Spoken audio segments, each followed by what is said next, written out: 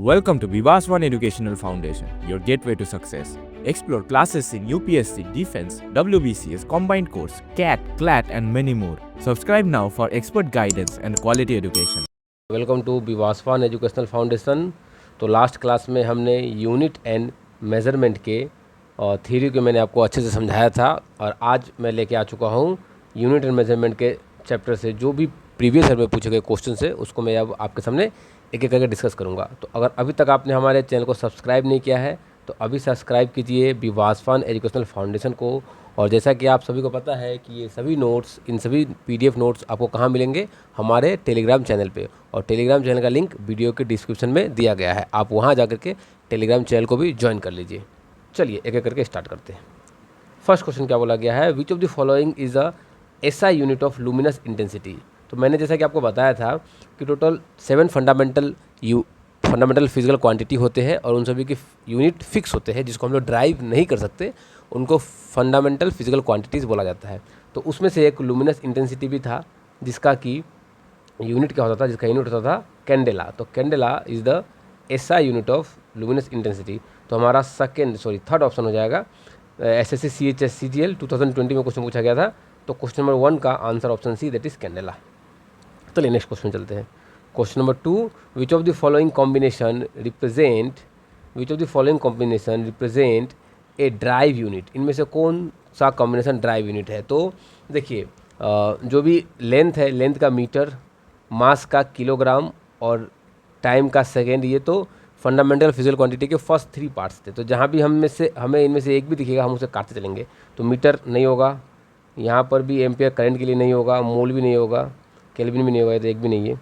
Metre के लिए ये कट गया, और बच गया वोल्ट जो कि पोटेंशियल का है, न्यूटन जूल का है, और न्यूटन फोर्स का है, और जूल एनर्जी का है। तो ये तीनों ही ड्राइव यूनिट है, ये लोग इनमें से एक भी फंडामेंटल फिजिकल यूनिट नहीं है। तो हमारा आंसर हो जाएगा ऑप्शन डी। तो क्वेश्चन नंबर 2 का आंसर ऑप्शन डी। बहुत ही आसान सा क्वेश्चन था और हमने इसे आसानी से कर भी लिया। चलिए नेक्स्ट क्वेश्चन की ओर चलता हूँ। नेक्स्ट क्वेश्चन है, if L and R denoted the inductance and resistance respectively, ठीक है, then the dimension of L by R. तो अगर एल जो है, एल क्या है इंडक्टेंस, और आर क्या है, आर है रेजिस्टेंस, तो इनका डायमेंशन क्या होगा। तो सबसे पहले देखिए, एल का जो डायमेंशन होता है वो कितना होता है। तो एल का डायमेंशन होता है एम एल, मतलब इंडक्टेंस का डायमेंशन बोल रहा हूँ मैं। इंडक्टेंस का डायमेंशन होता है ML2 T⁻⁻2 एंड A⁻⁻1। ये होता है इंडक्टेंस का डायमेंशन। अच्छा क्वेश्चन है ये, SSC MTS 2018 में क्वेश्चन पूछा गया था, थोड़ा अच्छा कैटेगरी क्वेश्चन में इसे बोल सकता हूँ। और रेजिस्टेंस का जो डायमेंशन होता है वो क्या होता है, रेजिस्टेंस का डायमेंशन होता है ML2 T⁻³ एंड A⁻²। अब अगर आप L बाई आर करो, L बाई आर का डिवाइड दो, तो आप ऊपर क्या लिखोगे, ML2 T⁻², A⁻²।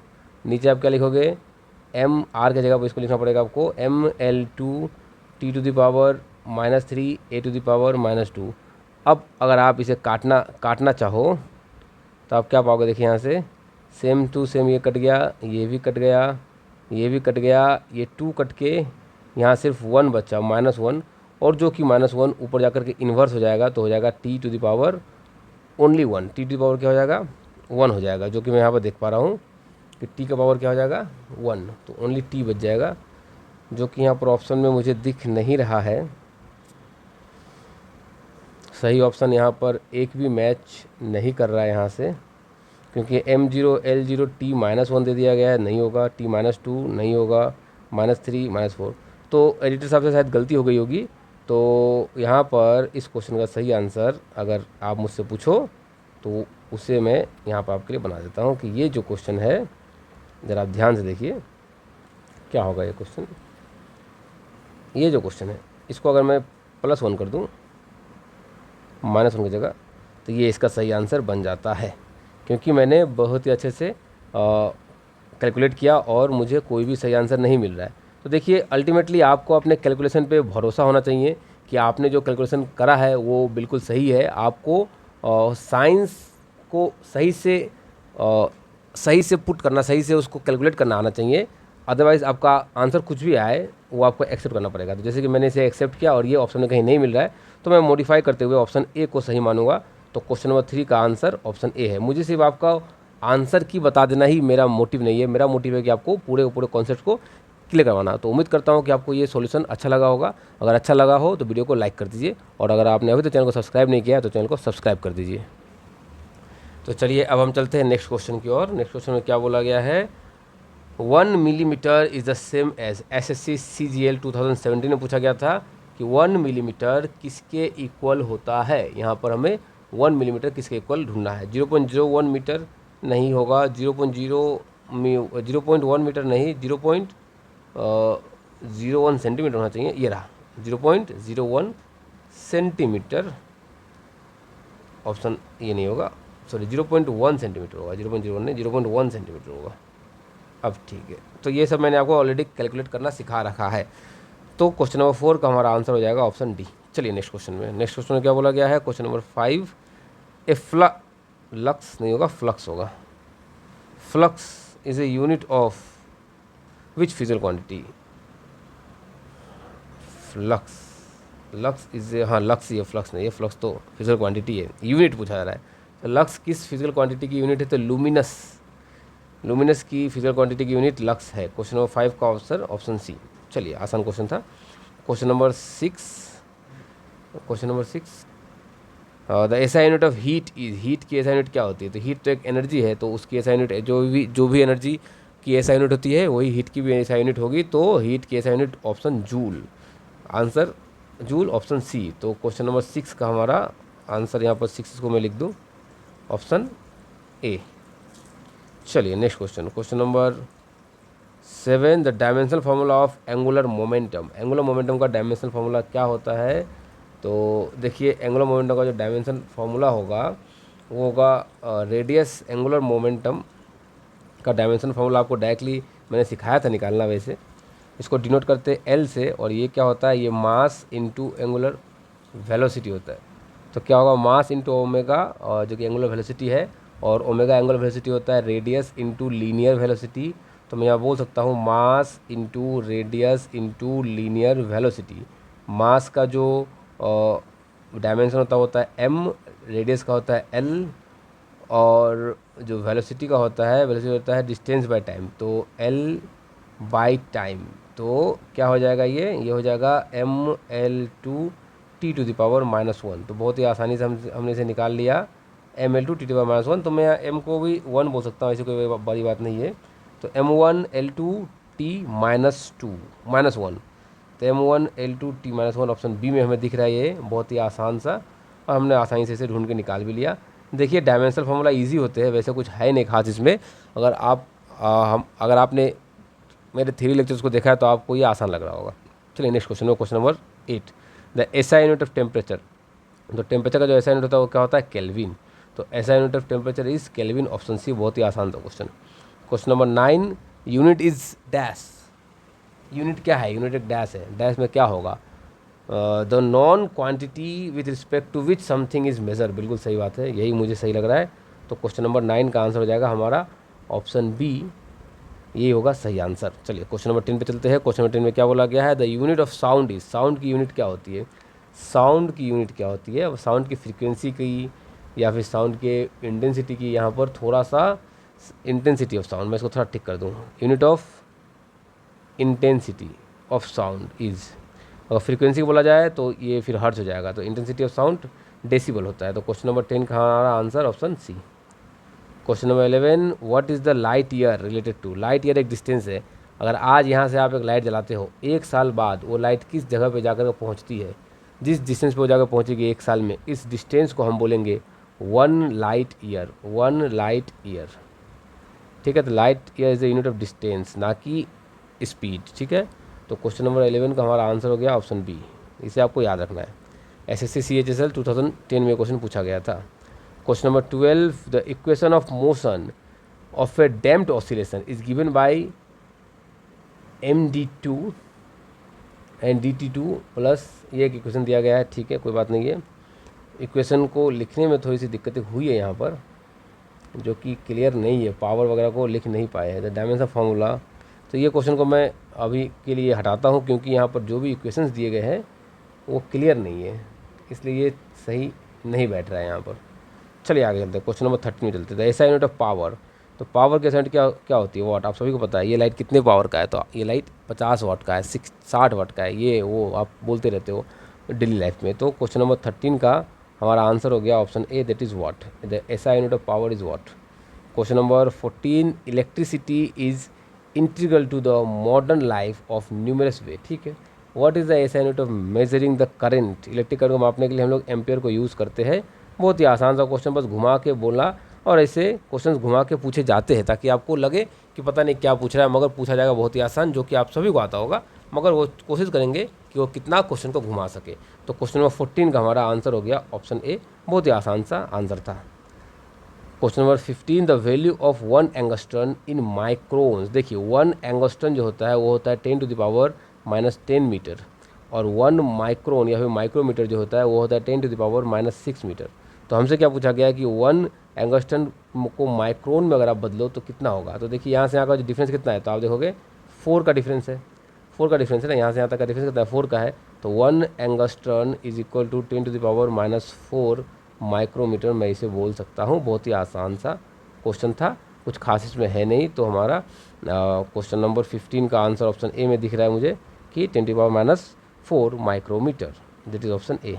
चलिए question number 16, what is the unit of impedance? Impedance की यूनिट क्या होती है? तो इम्पिडेंस की यूनिट भी ओम होती है, ओम। तो ओम, ऑप्शन डी। क्वेश्चन नंबर 16 का answer option D. Question number 17, which of the following is the correct order of penetrating power? तो जो अल्फ़ा, बीटा और गामा रे में सबसे ज़्यादा पेनिट्रेटिंग पावर किसका होता है? सबसे ज़्यादा पेनिट्रेटिंग पावर गामा का होता है, फिर बीटा का, और फिर अल्फ़ा का। तो अल्फ़ा तो एक पार्टिकल होता है, वो अच्छे से पेनिट्रेट भी नहीं कर पाता है। तो gamma, beta, alpha, SSC CGL 2005 में ये क्वेश्चन पूछा गया था। तो क्वेश्चन नंबर 17 का हमारा आंसर हो जाएगा option B. Question number 18, which of the following is use as a fuel in nuclear power plant? Nuclear power plant में हम एज ए फ्यूल किसको यूज़ करते हैं? तो यूरेनियम 235 को हम एज ए फ्यूल यूज़ करते हैं। तो क्वेश्चन नंबर 18 का हमारा आंसर हो जाएगा option A. Question number 19, the dimensional formula of Planck's constant. Planck's constant जो होता है उसको हम लोग एच से बताते हैं, और एनर्जी इक्वल टू होता है hc/λ। तो यहाँ से अगर आप चाहो तो प्लैंक्स कांस्टेंट का डायमेंशन को निकाल सकते हो, इसमें कोई बड़ी बात नहीं है। मैं भी यहाँ से निकाल सकता हूँ, मगर यहाँ पर अगर हमें ऑलरेडी मिल चुका है तो हम लोग इसे डायरेक्टली पुट कर देंगे, क्योंकि मैंने आपको पता रखा है। और अगर आप कहो तो मैं कैलकुलेट भी कर देता हूँ उसको। चलिए मैं इसको कैलकुलेट करके दिखा देता हूँ। देखिए एनर्जी, तो एनर्जी है, ठीक है। अगर मैं एच को सब्जेक्ट बनाऊँ, प्लैंक्स कांस्टेंट को, तो एच को मैंने सब्जेक्ट बना लिया, तो क्या हो जाएगा? Energy into lambda by speed of light. और आप सभी को पता है कि एनर्जी का डायमेंशन मैंने आपको याद करने के लिए बोला था, जो कि क्या होता है mL/T⁻², ये एनर्जी का डायमेंशन है। लेमडा क्या है? तो लेमडा लेंथ है, लेंथ का डायमेंशन क्या होता है? एल। सी क्या है? सी है स्पीड ऑफ लाइट, और स्पीड की डायमेंशन क्या होती है? तो डिस्टेंस एल बाई टाइम। तो जो टाइम नीचे होना चाहिए मैंने उसको ऊपर लिख दिया, ठीक है। अब मैं क्या करूँगा, जो जो यहाँ पर मुझे मैच कर रहा है वो मैं काट दूंगा। इस एल से इस एल को काट दूंगा मैं, ठीक है। इसको मैंने कैंसिल कर दिया, तो क्या बच गया हमारा? mL2 बचा, और T एक था यहाँ पर -2, और यहाँ पर ये है सिंगल। तो मतलब मैं यहाँ से आसानी से कह सकता हूँ कि जो T है वो कितना बचा? वो -1 बचा। तो बहुत ही आसानी से मैंने प्लैंक्स कांस्टेंट के डायमेंशन को भी कैलकुलेट कर लिया है।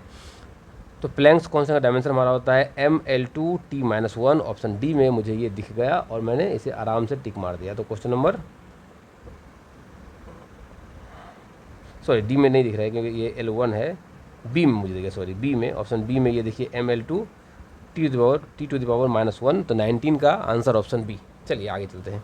Question number 20, electron volt is a unit of. Electron volt किस चीज़ की यूनिट होती है? तो इलेक्ट्रॉन वोल्ट जो होती है वो एनर्जी की यूनिट होती है। एनर्जी के छोटी यूनिट को हम इलेक्ट्रॉन वोल्ट कहते हैं। तो क्वेश्चन नंबर 20 का हमारा आंसर हो जाएगा option C. Question number 21, which of the following pair has the same dimension? इनमें से किस पेयर का डायमेंशन जो है वो क्या है? सेम है, ठीक है। तो इम्पल्स होता है, देखिए स्पेसिफिक हीट और लेटेंट हीट। स्पेसिफिक हीट क्या होता है? स्पेसिफिक होता है MS∆T, और ये होता है ML। तो ML होता है ओनली, ∆T नहीं होता है। तो टेम्परेचर वजह से ये तो सेम नहीं होगा। इम्पल्स क्या होता है? फोर्स इम्पल्स होता है, इम्पल्स क्या होता है, फोर्स इनटू टाइम। मोमेंटम क्या होता है, मास इनटू वेलोसिटी, ठीक है, मोमेंटम मास इनटू वेलोसिटी होता है। अगर मैं मोमेंटम को ब्रेक कर दूं तो मोमेंटम मास होगा और वेलोसिटी क्या होगा, डिस्टेंस बाय टाइम। तो मास होता है केजी मीटर पर सेकेंड, फोर्स क्या होता है केजी मीटर पर second square into time second, second cut गया बच गया केजी मीटर, यहाँ केजी लूँगा मैं, मीटर पर सेकेंड। तो बिल्कुल सही, मुझे दोनों ही केजी मीटर पर सेकेंड मिल चुके हैं, तो आंसर दूसरा ही होगा 21 का। हाँ मुझे कॉन्फिडेंस है, तो मैं नेक्स्ट क्वेश्चन को, नेक्स्ट ऑप्शन को चेक नहीं करूँगा। अगर आपको एग्जाम में टाइम मिले तो आप जरूर नेक्स्ट ऑप्शन पे जाए, ताकि आपको कन्फर्मेशन हो जाए कि आपने जो टिक करा है वो सही करा है। तो क्वेश्चन नंबर 21 का हमारा आंसर हो गया ऑप्शन बी। चलिए आगे बढ़ते हैं। Question number 22, the dimension of kinetic energy is the same as the, energy अगर है तो एनर्जी का क्या होता है, एनर्जी का डायमेंशन होता है, मतलब एनर्जी क्या है, mL/T⁻²। इसके साथ किसका डायमेंशन सेम होगा, तो जो फोर्स है, फोर्स का डायमेंशन सेम नहीं होगा कभी भी। प्रेशर क्या होता है, फोर्स बाय एरिया, तो उसके भी नहीं होते हैं। वर्क और एनर्जी का यूनिट मिलता है तो फिर डायमेंशन में मिलेगा, क्योंकि मैंने बताया था आपको कि वर्क एंड एनर्जी इन सभी के यूनिट क्या होते हैं, जूल होते हैं। तो अगर यूनिट सेम है तो डायमेंशन क्या होगा, mL/T⁻², mL/T⁻², तो यूनिट सेम तो डायमेंशन भी सेम। तो क्वेश्चन नंबर 22 का हमारा आंसर हो गया ऑप्शन सी। चलिए क्वेश्चन नंबर 23 क्या बोला गया, क्वेश्चन नंबर 23 में the surface tension of a liquid is 70 dyne per centimetre, in M KS its value is, देखिए डाइन जो है ये CGS है, क्या है CGS है, और सेंटीमीटर भी क्या है CGS में। हमें क्या करना है, इसको कहाँ ले जाना है, MKS में ले जाना है।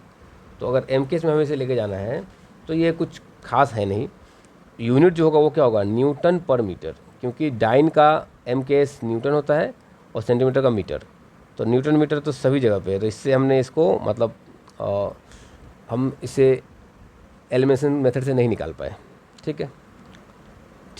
चलिए तो दूसरे मेथड से निकाल लेते हैं। तो इसको निकालने का एक तरीका होता है जो कि आपके सिलेबस में कुछ खास नहीं है, मैंने से आपको नहीं बताया। N1V1 is equal to N2V2। पहले यहाँ पर आप इस वाले वैल्यू को लिखो 70 और यूनिट को लिखो डाइन पर सेंटीमीटर। यहाँ आपको जिसको निकालना है उसको लिखो N2, आपको पता नहीं है इसलिए आपको N2 लिखना पड़ेगा। और जो न्यूटन है, न्यूटन को अगर डाइन में बदलोगे आप तो 10⁻6 से मल्टीप्लाई करना होगा, और मीटर को सेंटीमीटर में बदलोगे आप तो 10⁻3 से आपको मल्टीप्लाई करना होगा, ठीक है।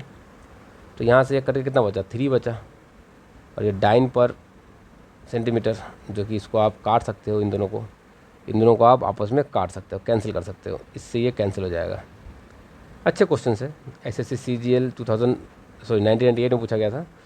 तो ये क्या हो गया, 70/10⁻3, मतलब 7 × 10⁻² में इसको बोल सकता हूँ। तो एक ऑप्शन मुझे दिख रहा है ऑप्शन बी में कि 23 का 7 × ऑप्शन बी में 7 × 10⁻² हमारा सही आंसर हो जाएगा।